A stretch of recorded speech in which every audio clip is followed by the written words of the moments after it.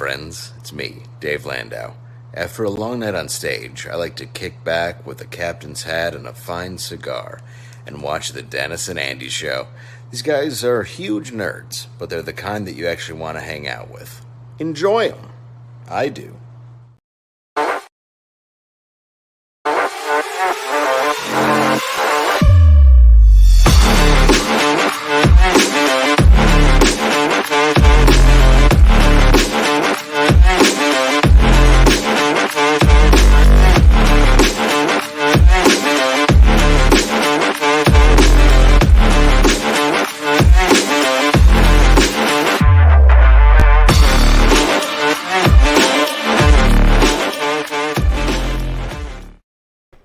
Well, hidey-ho, everybody. Hello, we are back. It is Wednesday. It is the Dennis and Andy Show.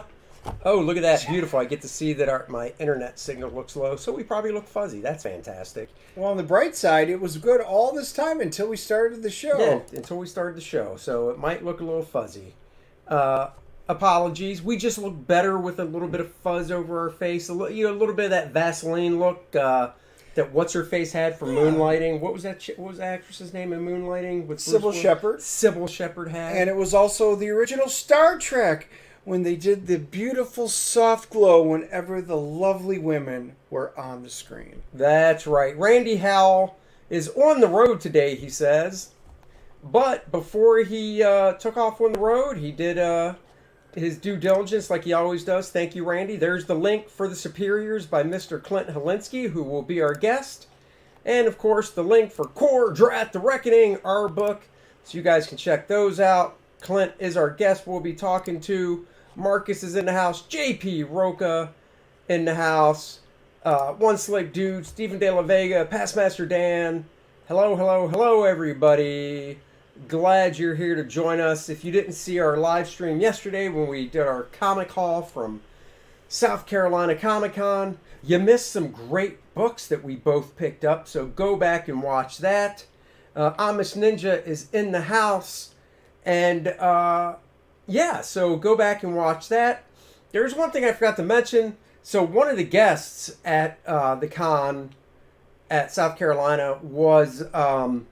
I'll get her name wrong. Who was the chick from Star Trek that was there? Denise something? Oh, Denise Crosby. Denise Crosby.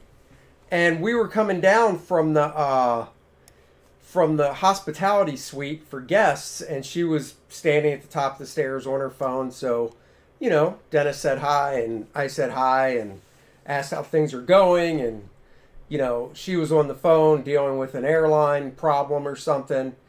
The whole point of the story is, after 15 minutes of conversing with, I've never met her before, Dennis has, a very lovely woman, actress, we leave, and all I can think is, Dennis, you had one job, Dennis, as the booker of the show, and the booker's job is to get guests on the show. All he had to do was reach out and ask if she wanted to be a guest. He dropped the ball, so I'm sad to say Denise Crosby will not... Cosby or Crosby? Crosby. Wow, you don't even know her name, so I ain't telling you. She will not be on the show anytime soon unless she happens upon this. Maybe we'll hashtag her, tweet it out towards her. Just so disappointed in you. She would remember the conversation because we did talk about the season finale, and I had one of my two theories, and I got to erase one of them. So I did watch the Mandalorian finale today, so I got that one done. And as soon as we get back tonight, we are going to watch the epic Picard finale. Crossing my fingers, it will knock my socks off. I know 10 lucky IMAX places. Our theaters are going to be showing it in their theaters. I guess it's a 2-hour one, so... kind of excited. Going to have to pop some popcorn tonight. Oh, you're going to be up late. It's great. Passmaster Dan says, has Andy always worn glasses? I don't wear glasses when I'm sitting in front of my computer, really close to it when we do like the Kings and professionals and stuff, because I don't need them that close. But from back here, we're a good 6-7 feet away. I need them so I can see the comments and stuff. So, yeah, there you go. My LASIK I got it in 2009, 2008, and after about 14 years, the eyes just decided to start reverting back. They're not all the way back to what they were pre-LASIK, but they are not as good as they used to be. So, oh well. I had a good run. So, all right, I say we introduce our guest, our man of the hour, and that is Mr. Clint Hilinski. Hail, Welcome chat. back, Clint. Hail, Andy and Dennis. Thanks for having me on. Appreciate it. Now, are you a Star Trek guy at all? I'm both Star Trek and Star Wars. Love So them you both. know who Denise Crosby is then? Yep, Lieutenant Yar. And you would not have been yellow or scared like Dennis was. No, I'd have probably asked her out for a drink first, and then worked into her being on my show. You know, so yeah, I feel bad. She got stranded. Her flight got canceled. Wow. She did on that planet. No, she got stranded, and Kind she of was like that bummed on she the had never. planet where she died. What's that? There wasn't like a black puddle of ooze around her, was there? No, because that was a meaningless death. Oh, yes. That was like my agent just screwed over my entire career kind of death. Wait, she died Yes. in the show? Yes. So why did you Yeah. even ask if she would be in the finale if she's dead? Oh, they brought her back. you joking? They brought her in half. So I did have one of my fan theories, that it's possible, say, because Sela is still around and she's always working in the background. Is and that the was Romulan half-daughter? Or? Yes. Okay. Yes.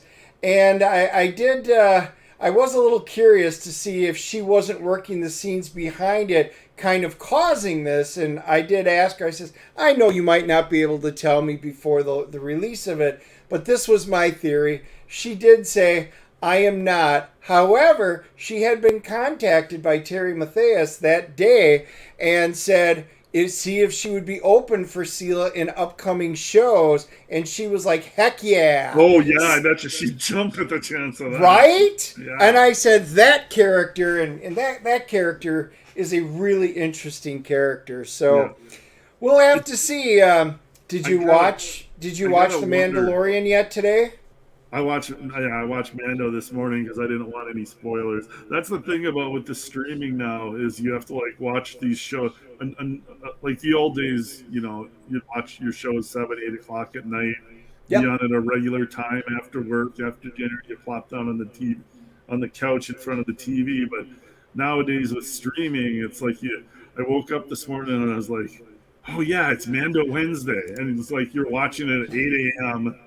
And it's like, it was awesome. I thought it was a great season. I know there's been a lot of people out there complaining, but compared to the rest of the Drek that's out there, I was happy with it. Yep, that's good. I haven't seen it. I'm 4 episodes behind. I'm just not as into it. My daughter is kind of like you. She needs to watch it ASAP, and I just can't. I'm like, you can wait till tonight. And this is with every episode. She's like, no, I can't wait. I'm like, well, go ahead and watch it, and I'll try and get a chance. Because she doesn't care if she sees it twice. Oh, yeah. I just haven't had a chance to watch the past 4. So, at some point I will. I mean, I've heard some stuff. He's talked about it. I don't care. Mm-hmm. And some people aren't bothered by spoilers, or they're just going to enjoy it for what it is. But other people get weird about that. So I try to be careful with spoilers. I won't talk details. Exactly. I liked it. I'll watch it just for Katie Sackhoff. We may do it. Oh, We may hop on. There's a couple of guys tomorrow. After tonight, we may just hop on and discuss it tomorrow. Oh, Officer Reed. You may call me Officer Reed. You remind Past Master Dan of the Popo. That's right. It's funny, side tangent, in that heavy metal thing I did called CUDA that I co-created with a buddy of mine. I did draw Dennis in it as a guard at a police station. So I did. He was in it. And he's actually in, I don't think we've shown that page. Oh, I still have to adjust some stuff. Well, I'll show it, but there's a panel in Kor-Drath where Dennis and I are arm wrestling. Nice. And let's just say it's not going well for Dennis. I mean, he did. It was pretty funny. He did put in a real nice homage to the Packers, so I am wearing green and gold in it as one of the Barbarians.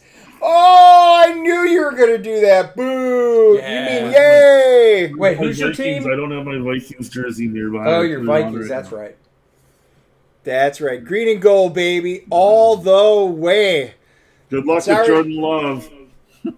I know. I was waiting for the Vikings to try and scoop up Aaron Rodgers, but you're going to let him go to the Jets first again Just before you one acquire season. him. Then he'll end up in purple. That's Exactly. right. That's right. I forgot you're a Vikings guy. So you live right close to them, or? I'm up by Lake Superior, like Duluth, kind of near Duluth, so northern Minnesota. There's still snow in my front yard, so. Oh. Yep. And, We had a and blizzard. did you get a whole bunch more snow the other day? We had a blizzard 3 days ago, and I got like 8 inches of snow.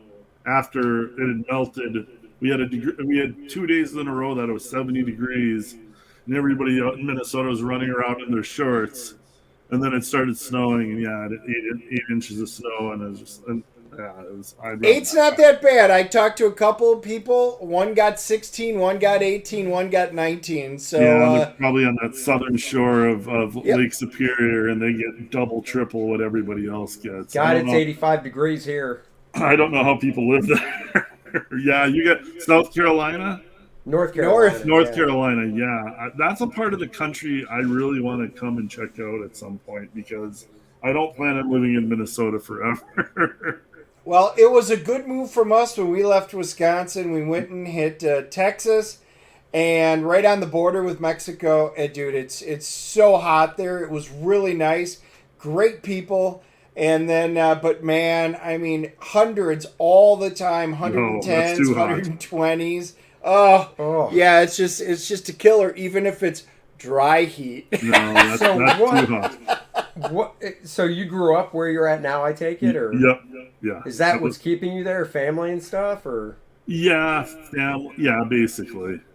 Like, Yeah. like in the not too distant future, start figuring out someplace down south. Well, you're always welcome to come down, visit us, and check it out. All my friends said, because then we had moved back to the Midwest, we were down in Rockford for 5 years, and then they were like, hey, if you guys get transferred to corporate, you will never leave either Charlotte or Charleston, because those were kind of two places. And he goes, if you go there, you'll never leave. And I'm like, I don't know. I've liked a lot of places. Oh, yeah, we were here within 6 months. We knew we were putting roots down here. Nice. I like the sounds of that a lot. Yeah. Very cool. Well, we are here. I don't want to die snowblowing my driveway. Well, better still. That's a better step than shoveling. Yeah, exactly. Yeah, well, my mom's up there right now, and she got some more, and I was just like, yep, are you tired yet? You can always move down. Yeah. That's right. They've got a spare room that would be perfect for her. Yep, and if not, Andy's got extra room here. Nope, I don't even know the woman. Never met her. So let's talk Superiors, your new project. Let's see the video, because I'll be honest, I haven't watched it because I wanted to wait till today. Let me pull it up and we'll get it going here. Is it? Oops.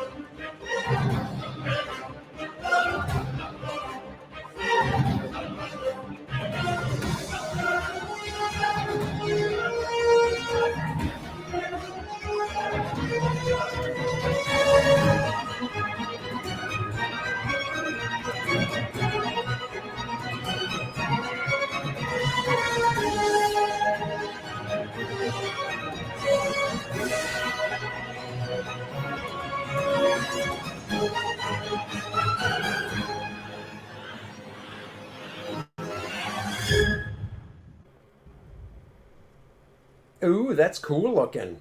I like Thank you. the violence in it. Yeah, I wanted to give it a little bit of an edge to it. It's straightforward superhero fun and action, but like with a harder tone. Am I still echoing a lot? I noticed somebody mentioned that. Well, the problem is it's we don't have headphones on our end. Okay, That's And it's one of the whenever you things. share screens, And we're it's sharing a just, screen, so sure. it's just a little thing that just going to Yep. have to be dealt with. Sorry about No that. worries. I just want to make sure I wasn't screwing up your guys' show. Hold on, let me check something in our settings. Let me see if I have echo cancellation checked. I don't. So now I have echo cancellation checked. Maybe check when you're in to see if yours is or not. And then we'll dive in to the superiors. Dive into action. That's right. And you can tell us about it. Tell us how you came up with the story and what, because the one thing is you bounce around with, I guess, different IPs when you do your stuff. So Yep. I think that's kind of cool. Yeah. So And everybody kind of does differently. I've noticed a lot of people just kind of have the same characters. I've kind of, over the years, just kind of had a bunch of characters in my head that I wanted to do, different genres and stuff. Superiors is obviously my love letter to superhero teams of the 80s, 70s, 80s, 90s. I've actually been working on this in one way or another for at least 20 years. I've made different attempts at doing this book. I've got a early visions book that you can get through the campaign that's got old pages that I drew in different styles as I've kind of changed styles throughout the years. So I figured that stuff's kind of fun to look at too. So I put a book together of that. oh, But cool. yeah, at one point, Superiors was approved at Image Comics by Jim Valentino when he used to be editor in chief. Yeah. And yeah, I actually went out to Chicago Comic Con or Wizard World, whichever one it was. And like at some point, I had kind of more like a Wildstorm Travis Charity style. And it was kind of when Image was going through all those changes. And all of Yeah. a sudden the book was canned because no, that's not the look Image goes for anymore. We're not doing extreme. We're not doing Wildstorm books. So like the book got canceled. Oh, that sucks. Was this in the Yeah, early? Was this like early 2000s or? probably. Yeah, I would say it was real early 2000s, 2002, 2003, somewhere in there. So Oh, yeah, that was a major bummer. But yeah, it was like kind of when Image went through that transition and tried to get away from what they were known for and getting more kind of alternative, kind of Vertigo style stuff. So I've always had really bad timing in comics for some reason, but which is weird because you look at what Image puts out these days, and you're right. It's definitely more of that indie type looking stuff. yeah, And there's a few Image things I get. I don't get a lot, but right, I get a couple things, and I don't mind that. But I think shutting down people that want to do stuff like this, yeah, superhero stuff, is just unless you're a big name. Because I mean, let's be real. One of the books I'm buying now is Mark Millar's Nemesis. yeah, But and that's not superhero because it's a villain, but it's still a guy wearing tights and stuff. yeah, exactly. And shutting people down like that, it's like, well, one, it's not like you guys are paying these people. Yeah, You're going to take a cut of their book, and you can't tell me that, well, we don't want to take a chance on, let's say, your book, The Superiors, because, it might not sell enough for us even to be able to take a cut. exactly. Because don't give me that. You're definitely putting out books that aren't making enough There's an for you to take agenda. a cut. There's an agenda, and they want whoever's running the show there. I don't know if it's still Eric Stevenson. I think so. Yeah, but it's like you can look at the type of creators that they publish and the type of books they publish, and that's what they want to be publishing. They don't want to be publishing, the fact that they might have started working for Rob or you made money in the old Extreme days or Wildstorm days. They don't care about that anymore. Right. Exactly. Yeah. Exactly. Which is part of the reason why Comicsgate exists, because there are fans of that out there still. And those are the fans that I'm definitely aiming my book at. Like I said, it's a love letter to like Avengers and Justice League, the super teams of the 70s, 80s, and 90s. And I kind of try to hit all those time periods with some of the variant covers and the artwork. I've always been a huge fan of kind of like the retro stuff, and then obviously the image stuff. So I've got a lot of that type of art in here. So maybe I'll just scroll down and go through some. I was going to say, scroll down because I'd like to run down on who the characters are. Yep, absolutely. So here's our big group shot. And it's very kind of main character in the middle is Titan. He's kind of the leader. And over here is Shadow Knight. And Shadow Knight I describe as kind of a crossover between the Highlander and Batman. He has this mystical sword that's kind of kept him alive since the Middle Ages. And then he kind of uses his immortality to become a superhero. That's cool. Classic speedster guy, Vector. You gotta have a speedster on your team. No, dude, I agree. I'm digging the names. So yep. Venus, the goddess of love. Oh, and hello. Bloodwing here, death from above. Nice. Emerald, hot green chick. Does she have like Green Lantern powers or anything? Kind of like that, but a little bit mystical twist to them. So it's kind of like emerald sorcery, but kind of like that projectile kind of stuff like that. Yeah, definitely. Red Giant, because you need a big guy. And War Eagle, definitely not a captain. That's right. So, but a Captain America definitely not. Totally, definitely original characters. And the thing is people give me crap about that a little bit, but I don't really care.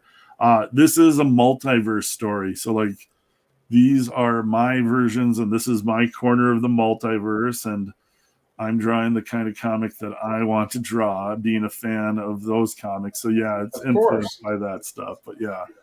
So there's a little rundown on the main team there. And now Love Death from Above. Love that. It reminds me of Mech Warrior. That was always a maneuver in Mech Warrior. It was Death from Above. You jumped and blew their head off on their mech. Nice.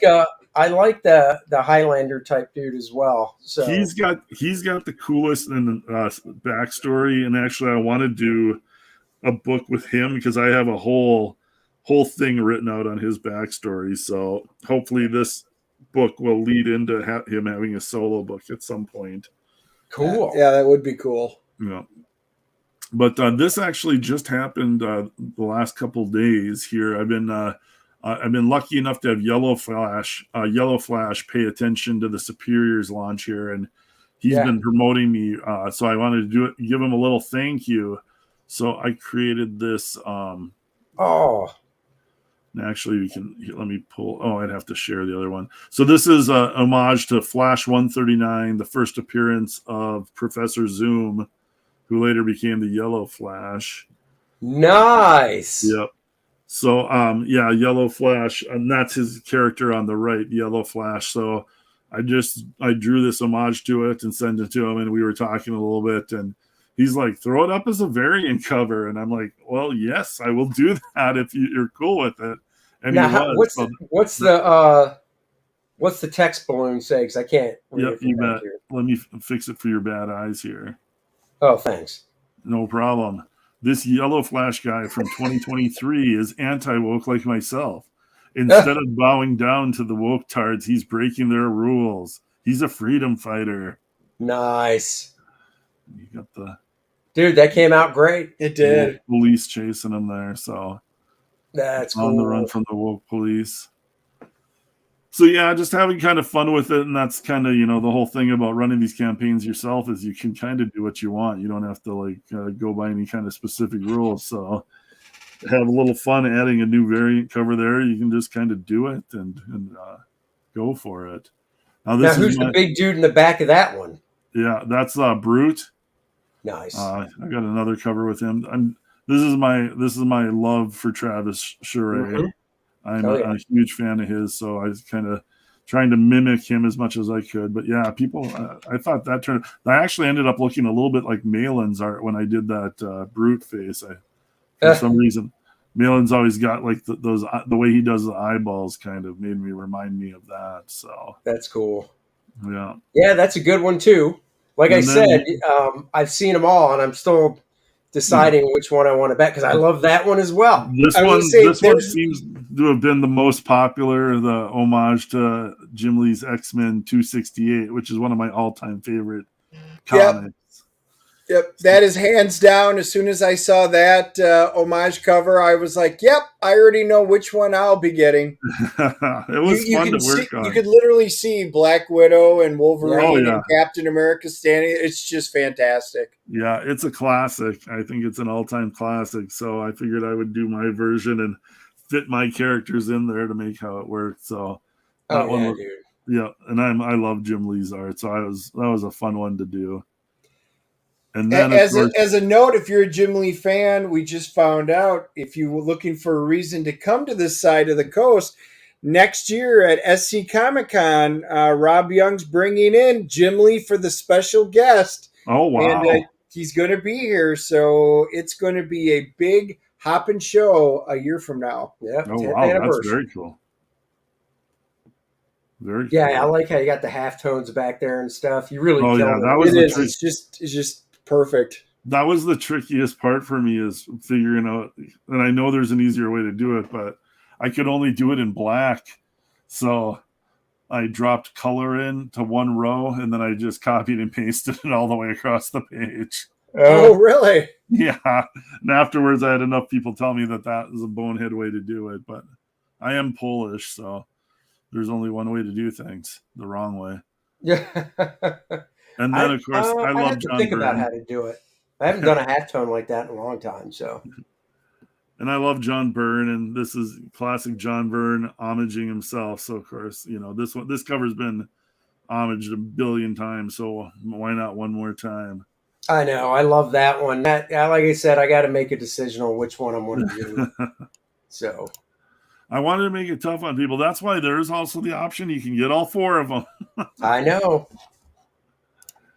And then this one was fun. You and me were talking about this one, Andy. And this one actually isn't an homage of a specific cover, but really just more of an era, like that early 60s Avengers kind of look to it. So I just kind of played with the styles and the lettering and all the, the logos and everything, just to kind of try and make it fun. But that's got such a great classic feel to it. They did there was a video game, Freedom Force, that had come out that was an awesome video game with superheroes back in the day.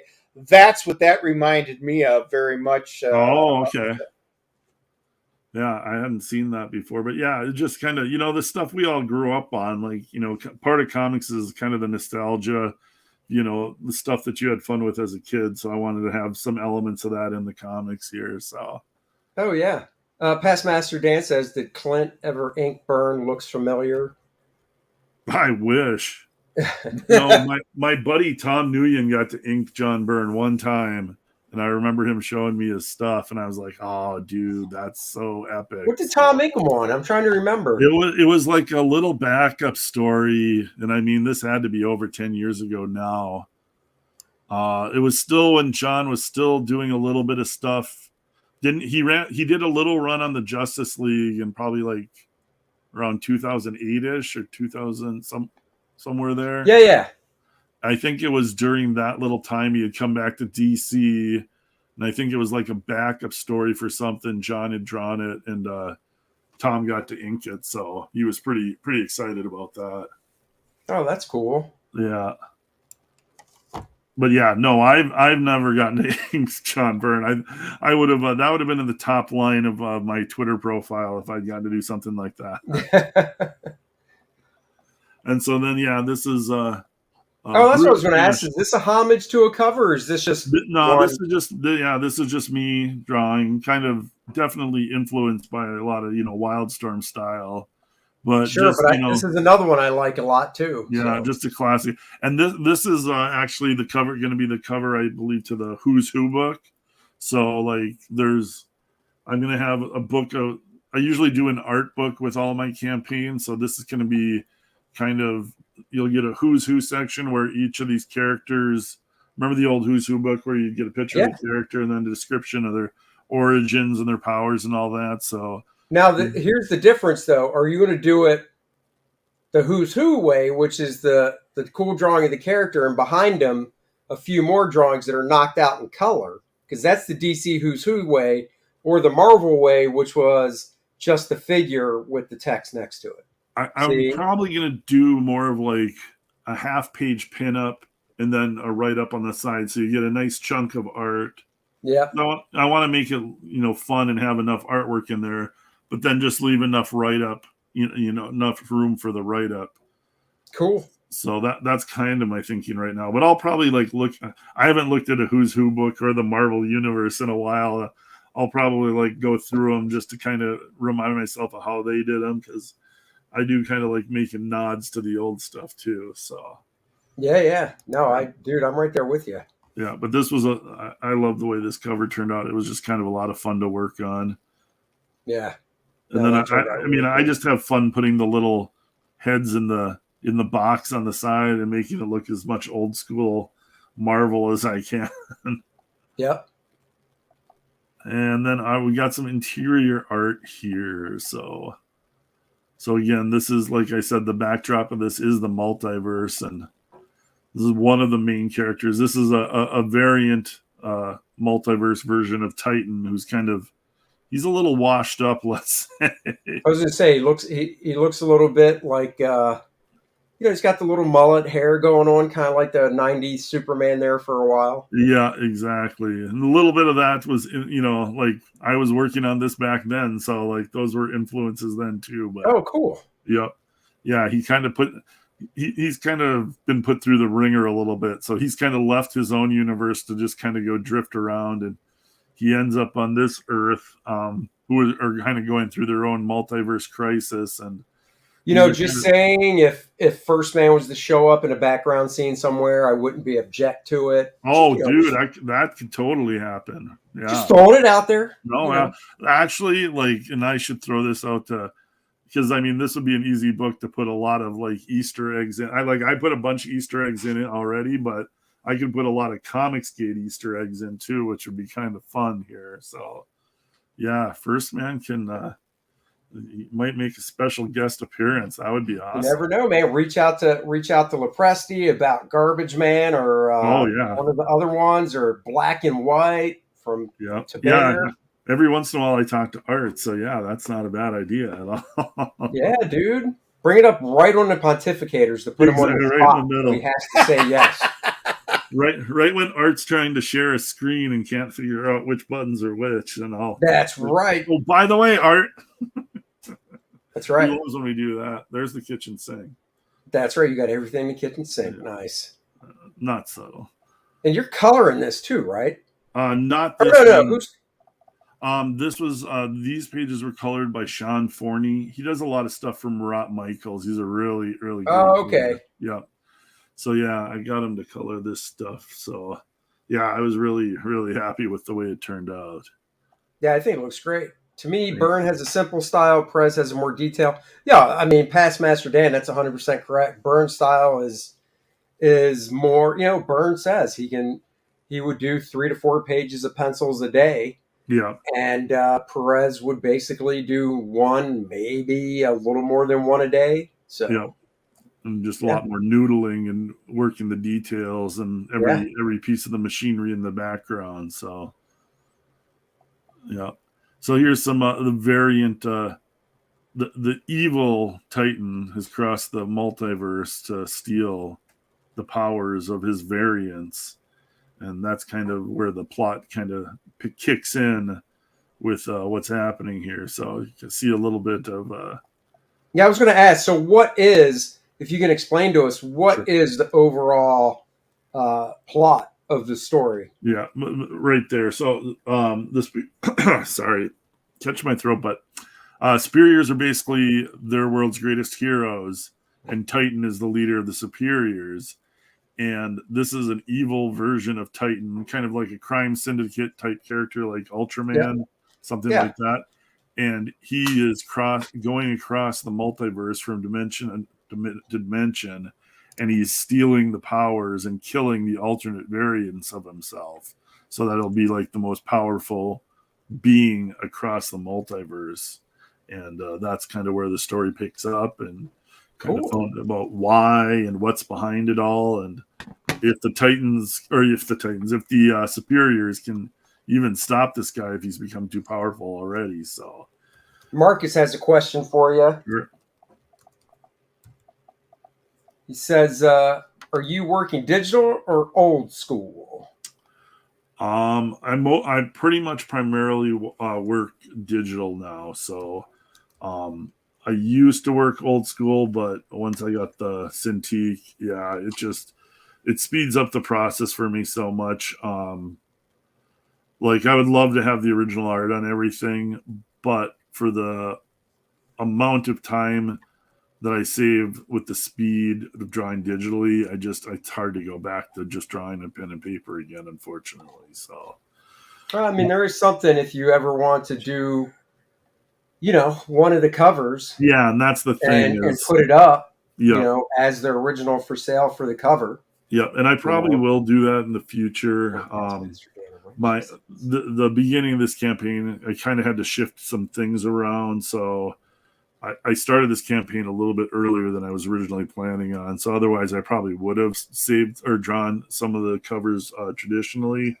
But I think for upcoming campaigns, that's what I'm going to definitely do, is do all the covers traditionally and then the interiors digitally. But yeah, it's kind of you figure that out as you go along. So I think that's definitely going to be an option for me on future campaigns. Yeah. Because I mean, the original art for the covers that's usually pretty popular to backers. So, oh yeah, totally, and just helps out. And then you do have some original, yeah, and so the superiors even have their own nifty catchphrase. It's not Avengers Assemble, but Superior Strike. So. All right, I made Past Master Dan a wrench real quick. So, want to do that. So there you go. In the house. That's what I love, man. I saw that in the trailer, and I was like, "Oh yeah, yeah." That was probably my favorite scene out of it. that punch landed. Yeah, it did. Ow, that was my face. That is great. So this is like where you see the real fear. It's like maybe he's a Superman-esque character, but he's definitely not Superman. So he's like, he's scared, He just got his butt kicked and he just watched his buddy get his face caved in. So like there's real fear going on with him. And this guy is like, who's that dude in the foreground right there? Oh, is that the quick guy? Yeah, that's Vector. He's kind of my speedster. Oh, does he look different on that one cover? Yeah, because it's all variants too. Okay, that's what I thought. Yeah. Yep. I tweaked the costumes from universe to universe. So. Oh, cool. So it's like when I do mix up the characters, I have the excuse of, that's a different variant. That's right. Like, I drew the costume wrong again. Damn it. So he delusionally thinks that his super speed is going to help him avenge his buddy, and he's wrong. Dead wrong. That's going to awesome. sting. It's going to sting in the morning. Bactine isn't going to clear that up. So, Santiago says, Clint, what is your opinion about Paul Smith from the 80s? Paul Smith, love Paul Smith. At so first I didn't get Paul Smith when they switched over to him on X-Men, and I was like, "This is weird." Like my first reaction is, "This is weird." And then the more I read it and the more I looked at his art and studied it, I'm like, I love Paul Smith. I love those issues of X-Men. I love Wolverine's Wedding and Silver Samurai and Rogue with her short hair. Like those pages, like his style, it was simple, but it was just like he was such a great storyteller, and he had such a unique grasp with like anatomy and movement. And yeah, I'm a big Paul Smith fan. But I wasn't initially. It took me. Sometimes you got to kind of readjust your mind when you see like a different art style, and that. Yeah, but yeah, huge Paul Yeah, Smith. he's a guy that just didn't do enough superhero stuff for me. Exactly. I wish he would have done more. Because I did latch right onto his style because I was always more towards that slick, clean looking stuff that he was Yeah. doing. Yeah, Just inside, even though you already mentioned it, he might not have heard. Can you mention who your colorist is again? Sean Forney colored these pages. Yep. There you go. And he's done a lot of great stuff. Yeah. No, the stuff looks really nice. Who's doing the lettering? Is that you or is that somebody else? Oh God, who lettered these pages? I didn't letter these pages. I think this was these pages were lettered a little while ago. I think it's the he used to work for Devil's Duo, and I'm forgetting his name. Marshall Dillon. He does a lot of the production work for Chaos. So is he going to be lettering the whole book then? Or? Yeah, he's lettering the whole book. Oh, okay. Yeah, and yeah, Cool. he's a great letterer. He actually did a lettering video and it was insane how fast he could letter. Like he was whipping through pages in like 2 minutes. That's cool. Like, yeah, he's a real pro. So here Red Giant dies because once you're that big. Come on now! You can't give away all these spoilers in the on the page. Once you get that big, you're just an easier target. Well, that's true. I know it's like I'm giving everything away, and yet I'm not, and that's why. Now I know it's already. I'm putting these pages out there because I know what happens in the rest of the book. Now I know this page is already drawn where he dies, but I would suggest that instead of using the rays from the eyes, hear me out. Okay. Titan flies up his ass and out his mouth. Boom! That dude's dead. Up his ass. Flies up his ass. Was supposed to kill Thanos? Right. He flies up his ass and out his chest holding his beating heart. That would be one way to kill someone. That would be one way. But, just so you know, whenever Andy says, well, this person needs to die, it always involves going up their ass. Up the ass. Coming out something. That's right. If you're gonna kill somebody, kill them the most disgusting way possible, and start with the ass. I'm probably with that great advice, I'm rethinking the whole book now and all of the death scenes. Like I might just start over from scratch and scratch these pages. No. Just food for thought. Maybe there's a variant of this giant guy who has to die as well. More variant covers with just more ass death. That's right. See? That's going to leave a bad taste in his mouth, yeah. So she's going to stop him. So of course, Andy would talk about anal. What? I'm just, it's just a different way that would get a reaction out of the reader. Oh. Speaking of flying up butts. Nice. Hey, Past Master Dan. Yeah, thanks for resubbing. It happens a lot. I actually have a bunch of friends of mine. People just get unsub from the DNA show. Oh. They have to go back in and periodically check and re-sign up. And they may be on there for 2 months and then boom, they just disappear again. That's still happening. It's YouTube. It happens every now and then. So as a reminder, make sure you guys are subbed to both Andy's channel, the Andy Smith Art channel, and then the DNA channel. Links will be down below. Yeah, I think in Authority, because I had those Frank Quietly Authorities. Yeah. I have it in trade. I think one of the guys flew through the giant guy in that. Yeah.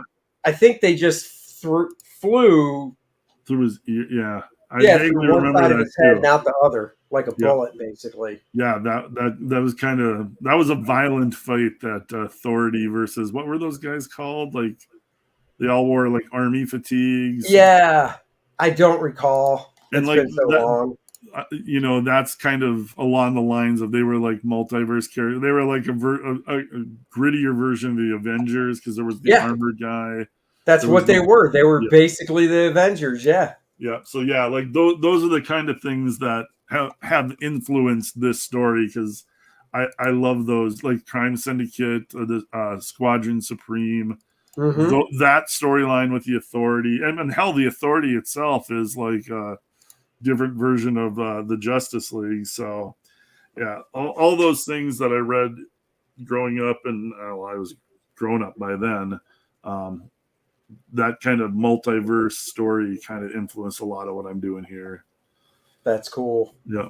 And I just kind of love this panel here where he's like just kind of standing and gloating over most of the dead bodies, and he ripped the robot's head off, and just kind of thought it was kind of fun.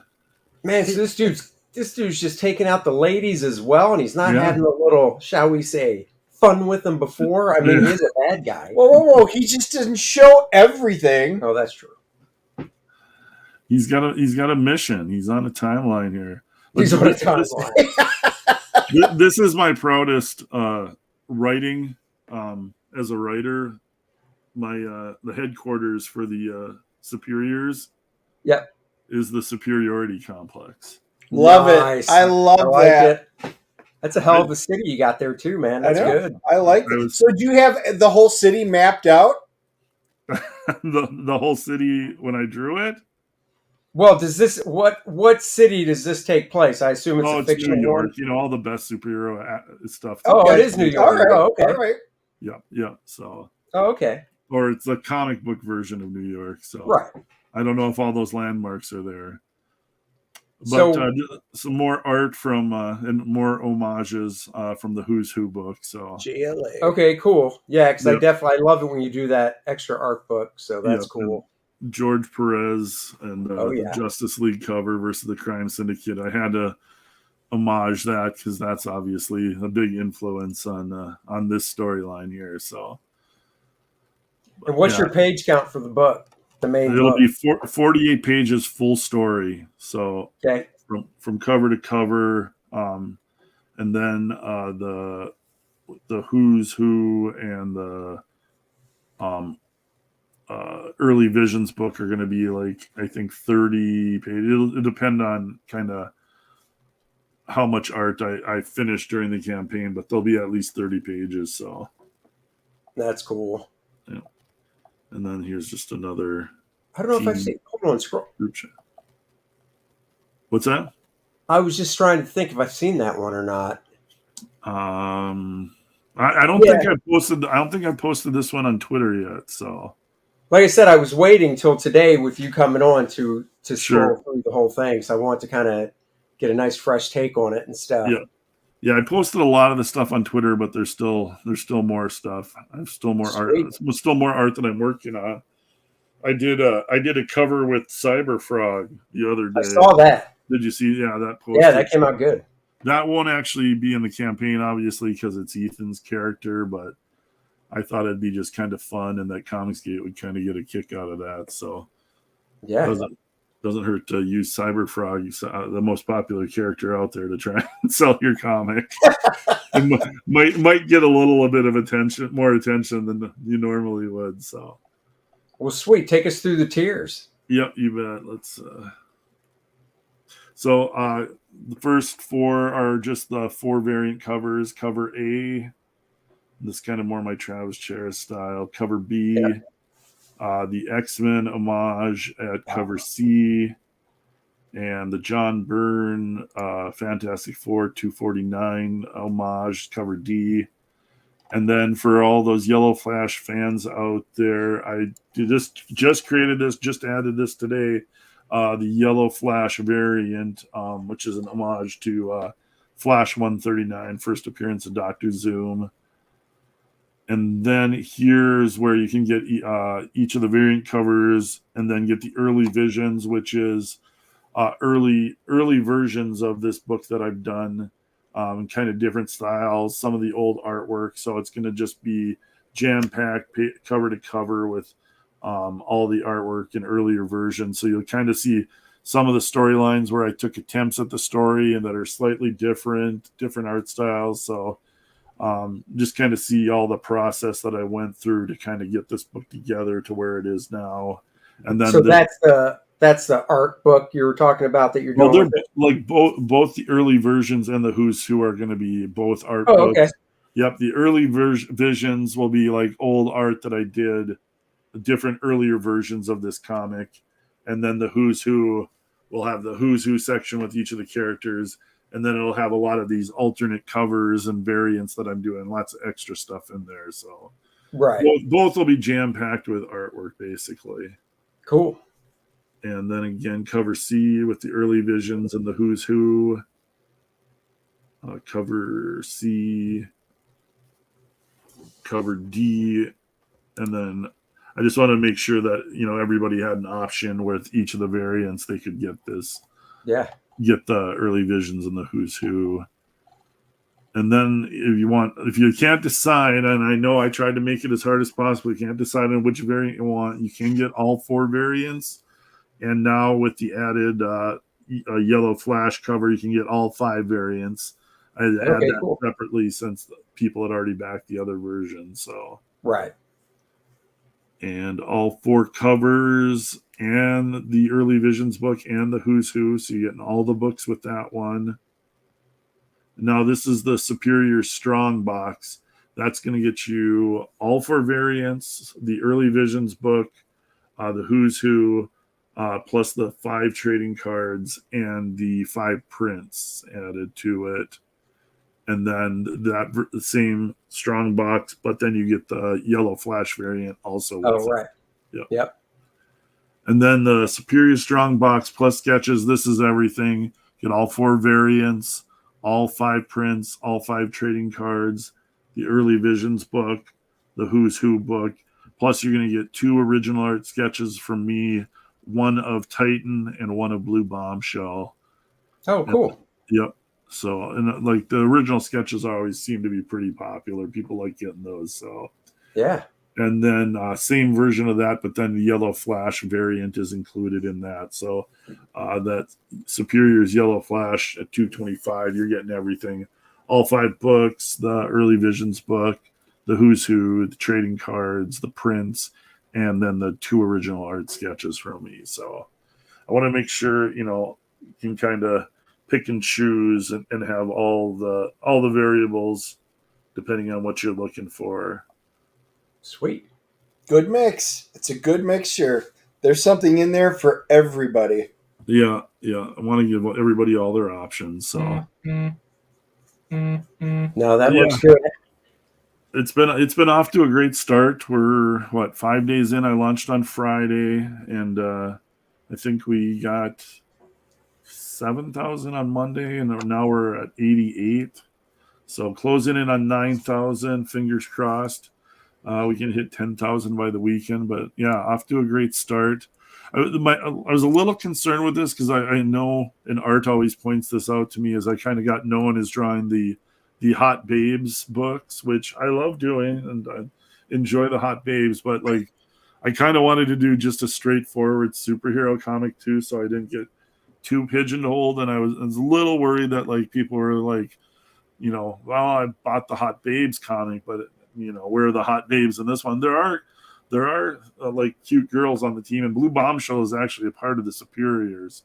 But sweet. Yeah, but this is more straightforward of a superhero story, and I will bring the babes back in future campaigns, so no worries there. So yeah, and I mean, I think, like I said, I hear what they're saying, but I didn't really think that because this is. If this was like a solo, book with just Titan, then I'd be like, "Where's the babes?" But I mean, it's a team thing. There's lots of babes in it. It's just not the sole focus. So exactly.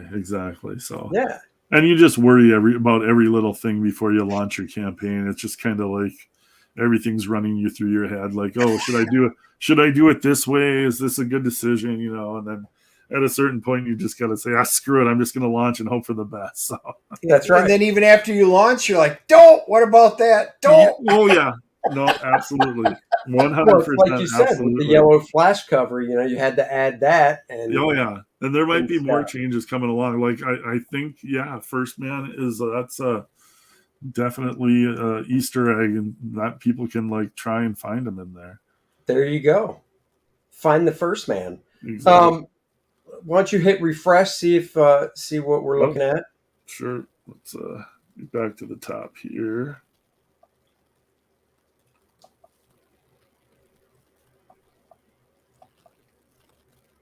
Oh yeah! Nice. Oh wow! Awesome!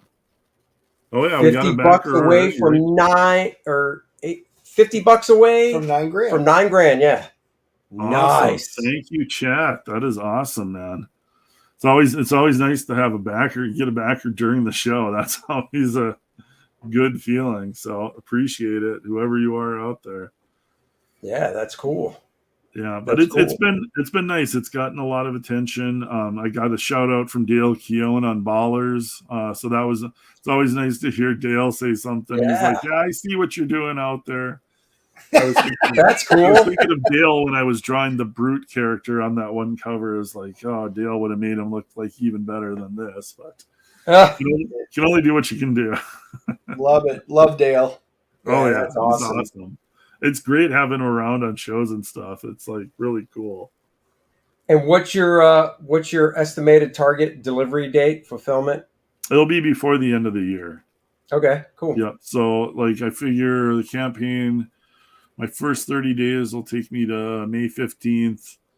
More than likely going to extend and go to what do we be, June 15th then, and you have the summer to like get everything finished up and get to the printers. And I mean, I'd like to deliver earlier than December, but you know, you kind of give yourself, you know how it goes once you get into like finishing books and printing and shipping. There's always hiccups. So, but yeah, by the end of the year is where I'm looking to have books out to people. And if I can do it sooner, I definitely will. Very cool. Yeah, and like I said, I'm shipping Slave Girl out right now. Slave Girl will hopefully be shipped out in about the next month or so here. But yeah, it's just kind of you finish one book, you start shipping it, and you get the next book going, and I just kind of like keep it moving. I've got all these books in my head, and I'm just waiting to get them all out there. Right. No, dude, that's cool. That's really cool. Yeah, and this will be my 7th book since from the fall of 2019 when me and Mark Polton launched Sea Dog and Codename Kill Switch. Sea Dog, yeah. Wow, yep. From 2019. Dude. That many, huh? So seven books in the last, what is it, 5 years or no? 4 years. Yeah. So yeah, two issues of Sea Dog and Codename Kill Switch, 17? 2 issues of Pirate Queen, 1 issue of Blue Bombshell, 1 issue of Slave Girl, and now Superiors is book number 7. So keep cranking them out. That's awesome, dude. As long as people show up to buy them, I'll keep making them. Yeah, man, that's awesome. That's freaking cool. Well, speaking of campaigns, yes, we need to, of course, talk Kor-Drath, The Reckoning. We are cruising along. Just want to make this a little bigger. Let's see. There we go. Cruising along right now, 78,450. But remember, everybody, we did do a Kickstarter for 60 days. So the actual total is 83,000 and change, which, of course, unlocks the $80,000 stretch goal that everybody gets. So we're cruising towards the $90,000 stretch goal, which is, of course, the Necronite playable character. Right there, his character card. Art on the front, character stats on the back. He's a playable character, just like Kor-Drath, Adriana, and Lilith. So everybody will get that stuff. And, of course, everybody will also get the Shattered Reach map too, so they can see kind of what's going on in this part of the world where Kor-Drath takes place. 76 pages, as I like to say, coin the term ball-busting barbarian action. Badassery action. Badassery, ball-busting, badassery, barbarian action. That is right. And you can read the first 8 pages here. You can check out all the different... I'm trying to find where'd my mouse go. This is a problem when you sit 8 feet away from the screen. You can read the first 8 pages. You can actually... Come on now. You can actually click where it says read pages 1 through 8, which will take you to the Kor-Drath website where you can see even more stuff that we couldn't fit on the campaign page. We've got 5 different covers to choose from. My main cover, you've got, there it is, my cover with colors by Love that Dan cover. Lawless. Dandy Dan Lawless, as we like to call him. Yeah. The wraparound cover, which will be a virgin cover. Dennis knows all about virgins. Yep. I stream with him every Wednesday. What? You stream with somebody else? You do a stream with your son and you didn't tell me? Oh. You can get the black, white, and blood cover. Of course, the fantastic Budroot Lilith cover. Nice. And the homage cover. See, Clint, you're not the only one. I know. I love that cover. That's awesome. Those Kirby knuckles in that foreground hand are. Yeah, baby. Yeah, I love that. Thank you.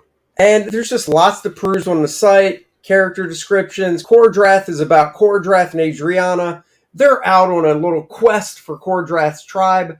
They come back to the tribe, realize his whole tribe, or find that his whole tribe has been slaughtered, and now he's on a mission for vengeance. There will be a reckoning. He wants to find out who slaughtered his tribe and why. So that's the overarching plot of the book. There's other nice little intricacies in there as well. It's a fine little web that Dennis is weaving. He's like Charlotte's Web. It is. It's like a garlic wrapped in an onion, wrapped in a shallot, and you have to unpeel all those stinky layers till you get to the heart of goodness that is the Shattered Reach. That's right.